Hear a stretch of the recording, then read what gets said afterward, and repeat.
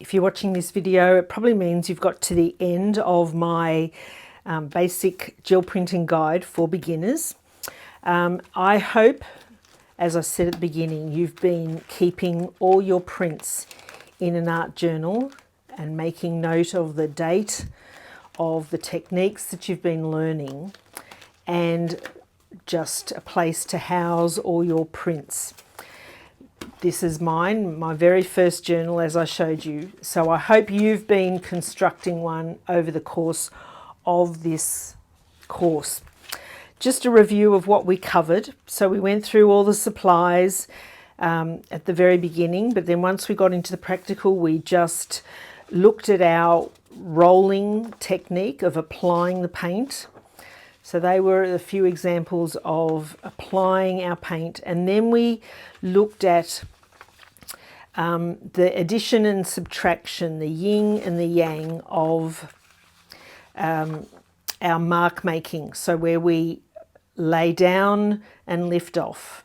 So they were the examples that I created of taking up from that side and laying down on that side. So that was one of the basic beginner exercises. And then we looked at creating sister prints using stencils.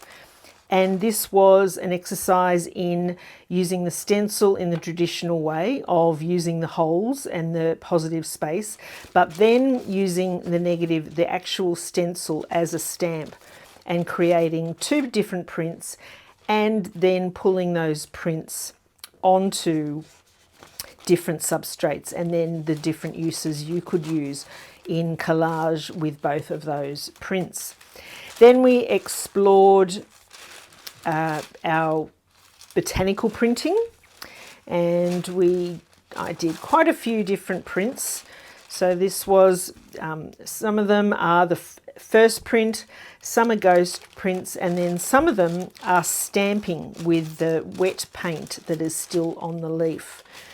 And then that was one where we used a opaque white and then pulled it onto the black. And this is one where we built up layers and then really just blocked out some of the image with some opaque white. So it was using open paint, so we had extra time to work through the process, but there was quite a bit of exploration. There's lots of opportunities within botanical printing. And then we dipped our toe into magazine image transfer, and I talked about the importance of being careful of copyright, but not to use people's images or logos. Feel free to use them in your own, just exploration and learning, but not for posts.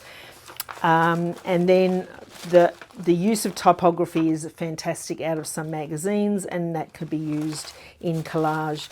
And then lastly, we just again dipped our toes so quickly into the big world of laser image transfer on the gel plate, and I used this photo of mine from Lisbon in Portugal, and showed you very quickly how to create a laser image transfer. This might be a little plug, but if you are struggling to get good photos for trialing laser image transfer, and apologies for the reflection there, I do have a series of photos, actual laser prints available through Etsy. And I've got 4 different packs. They're themed Italy, Portugal, and that will look a familiar print for you because that's the one I used, Havana and France. And I can ship them to you. There's 20 in a pack, 10 different images. My apologies, the postage costs a bomb. I've tried to absorb as much as I can, but if you are struggling and you're keen to get my actual laser prints that might help you learn the process, then take a look on Etsy, and the link will be in my link tree or below this video.